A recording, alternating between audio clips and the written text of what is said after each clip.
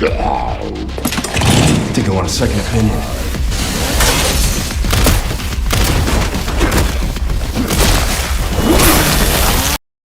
مبدئيا قبل اي حاجه كل سنه وانتم طيبين بمناسبه ان احنا الحمد لله ربنا بلغنا رمضان على الف خير وداخلين اهو على العيد. ربنا يا رب يكتر من اعيادنا جميعا وعيد مبارك عليكم جميعا ان شاء الله وعلى كل حبايبكم. هنتكلم النهارده عن اكتر لعبه رعب الناس بتتكلم عليها مؤخرا وهي لعبه Resident Evil ريكويم. ازيكم يا جماعه، عاملين ايه؟ يا رب تكونوا بخير. معاكم محمد ياسر من قناه مهست. وطبعا اللعبه الغنيه عن التعريف هي الجزء التاسع من سلسله Resident Evil، السلسله الاشهر في العاب الرعب والسرفايفنج والاكشن برضو في نفس الوقت، اللي انتجتها شركه كابكوم، الشركه اليابانيه المعروفه جدا. طبعا اللعبه في الجزء ده بتتميز بان هي بتحط الرعب النفسي اللي كان موجود في جذور السلسله زمان قبل الجزء الرابع، وفي نفس الوقت بتحط الاكشن بتاع الجزء الرابع وما بعد ذلك اللي هو طبعا الجزء الخامس والسادس وخلافه، علشان لقوا ان اللعبة دي هتكون انطلاقة قوية جدا. هيرجعوا فيها ليون كينيدي وهيجيبوا حد هيستخدموه في الرعب وهي شخصية جريس. هم عملوا بالانس ما بين الجيم بلاي ان انت هتلعب شويه بان انت تبقى لحد كبير ليمتد، معاك سلاح بتضرب بتهاجم بتجري وهكذا، بس الاعتماد الاكبر ان انت بتجري، بتحاول ما تتمسكش، بتحاول ان انت ما تشتبكش مع الاعداء. لكن طبعا في الجيم بلاي بتاع ليون كينيدي انت بتبقى انت اللي بتجري ورا الاعداء، انت بتبقى مستنيهم يطلعوا لك اصلا من كتر ما انت بتبقى جاهز لهم بالذخيره وبالسكيلز وحتى باللياقه البدنيه بتاعت ليون كينيدي اللي بتساعده جدا ان هو يواجه الاعداء بمنتهى السهوله وبمنتهى الحماسيه والاكشن.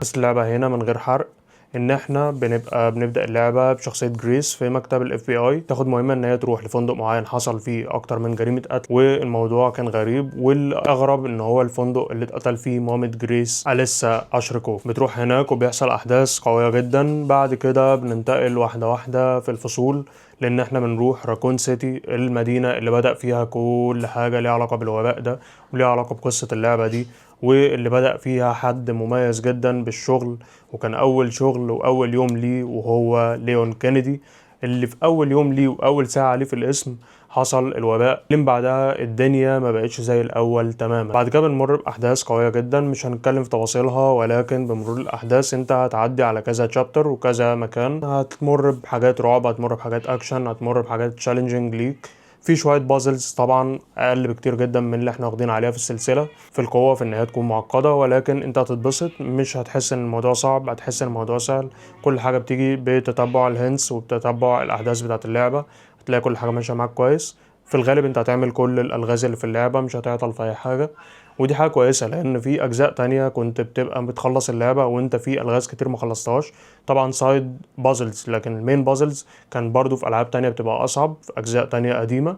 احنا هنمشي مع بعض في السلسله دي ان احنا هنتكلم عن Resident Evil 9، بعد كده هنتكلم عن 8، هنتكلم عن 7 وهكذا لغايه Resident Evil 1 ان شاء الله.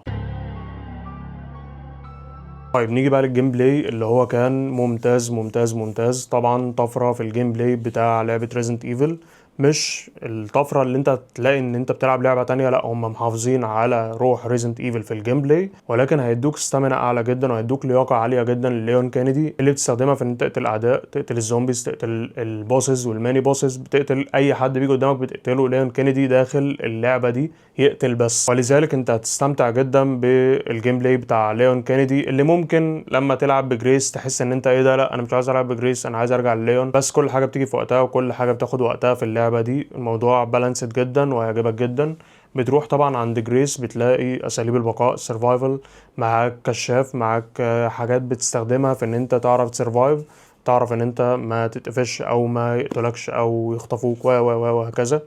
الموضوع هيعجبك جدا، لازم تجرب اللعبة. اللعبة نازلة على كل المنصات، لازم تجربها.